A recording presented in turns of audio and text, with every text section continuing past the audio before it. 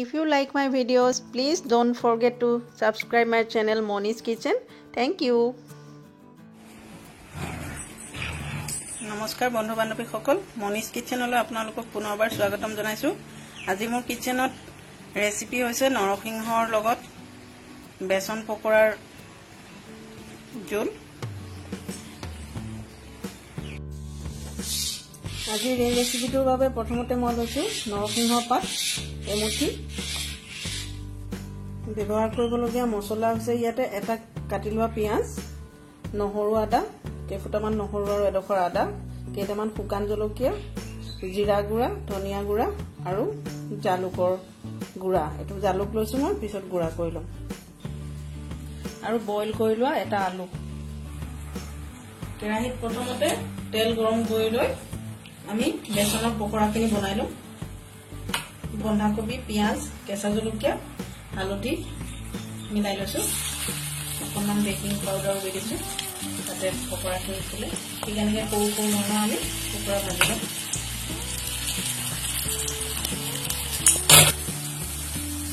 পকৰাখিনি আমি এনেকৈ ভাজি লম। নৰসিংহ পাতখিনি আমি মিক্সিত গ্ৰাইণ্ড কৰি পানী মিহলাই ললো। এইখিনি নৰসিংহ পাত সিজাই লোৱা আলুখিনি আমি এনেকৈ পিটিকি ললো। ইয়াতে আমি আদা, নহৰু, শুকান জলকীয়া আৰু গোলমৰিচ গোটেইখিনি মিক্সাৰ গ্ৰাইণ্ডাৰত অকণমান পানী দি পেলাই পিহি ললো। প্ৰথমতে আমি কেৰাহীত তেল গৰম কৰি ইয়াতে তেল আমি মিঠাতেল ব্যৱহাৰ কৰিছো। নৰসিংহ ৰেচিপিত সদায় মিঠাতেল ব্যৱহাৰ কৰিব লাগে, গুণাগুণ পোৱা যায় তাৰ বাবে। ইয়াতে আমি ৰিফাইন তেল কেতিয়াও ব্যৱহাৰ নকৰোঁ। তেল গৰম হ'ল আমি তাতে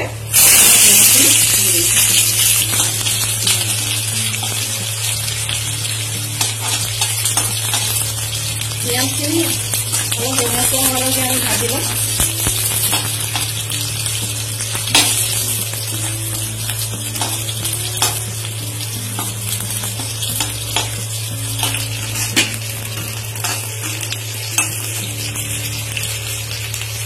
পিঁয়াজখিনি ৰঙচুৱা হৈ গ'ল, তাতে আমি এই যিখিনি তৈয়াৰ কৰি লৈছিলো মছলা, সেই মছলাখিনি আমি ঢালি দিম।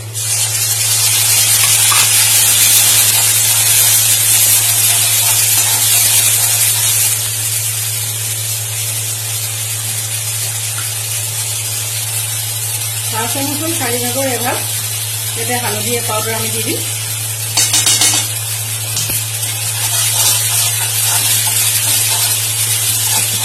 নিমখো আমি ইয়াতে দি দিম।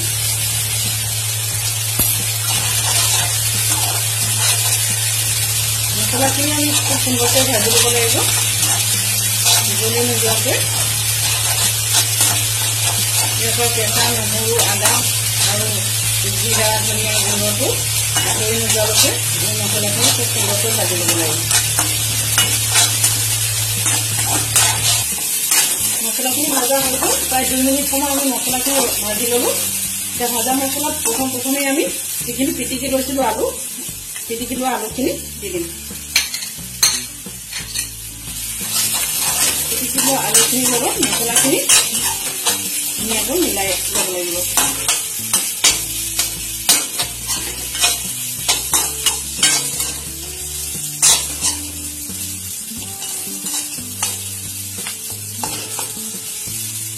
আলুখিনি মছলাখিনি ধুনীয়াকৈ লাগি গৈছে।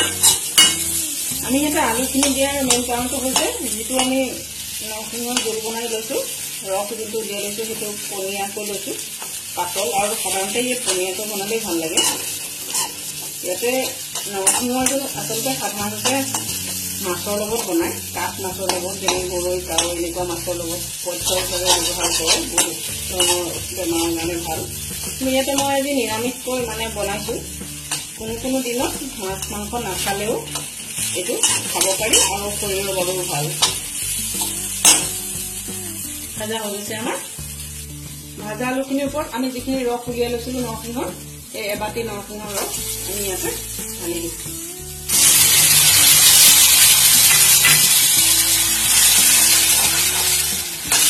ৰসখিনি ঢলাৰ পিছত আমি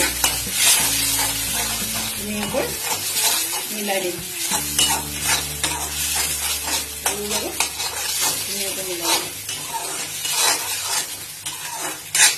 নৰসিংহ পাতৰ এটা খুব সুন্দৰ গোন্ধ ওলাইছে।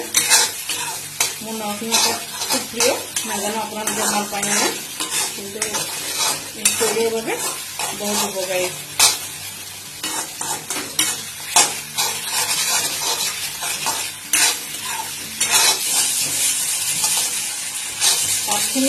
পাতৰ ৰসখিনি দিয়াৰ পিছত এনেকৈ সুন্দৰভাৱে মিলি গ'ল। মিলি যোৱাৰ পিছত আমি আৰু এবাটি পৰিমাণৰ, যিমান পৰিমাণৰ আমি নৰসিংহৰ ৰস দিছিলোঁ সিমানখিনি পৰিমাণৰ গৰম পানী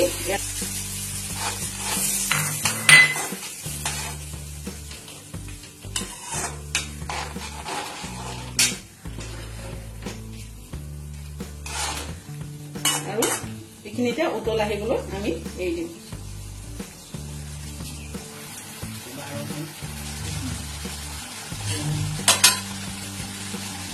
এইখিনি এতিয়া খুব সুন্দৰকৈ উতল আহিছে, প্ৰায় হৈ গৈছে। আৰু ইয়াতে আমি এই যিখিনি ভাজি লৈছিলোঁ পকৰা, এই পকৰাখিনি আমি ইয়াৰ ওপৰত এটা এটাকৈ দি দিম।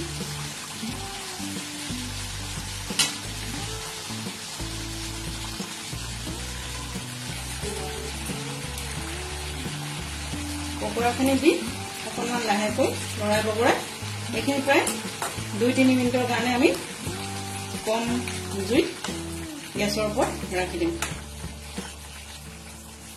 প্ৰায় 3 মিনিট সময় হৈ গ'ল।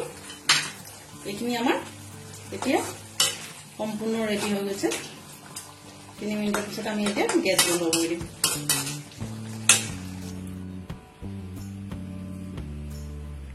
এয়া আজিৰ ৰেচিপি নৰসিংহৰ জোল বেচন পকৰাৰ লগত। এয়া ভাতৰ লগত, গৰম গৰম ভাতৰ লগত পৰিৱেশন কৰিব। যদি মোৰ ভিডিঅ'টো চাই আপোনালোকৰ ভাল লাগিছে তেতিয়াহ'লে লাইক কৰিব, কমেণ্ট কৰিব, শ্বেয়াৰ কৰিব। আৰু যদি এতিয়ালৈকে মোৰ চেনেলটো ছাবস্ক্ৰাইব কৰা নাই প্লিজ প্লিজ প্লিজ ছাবস্ক্ৰাইব কৰিব। Thank U.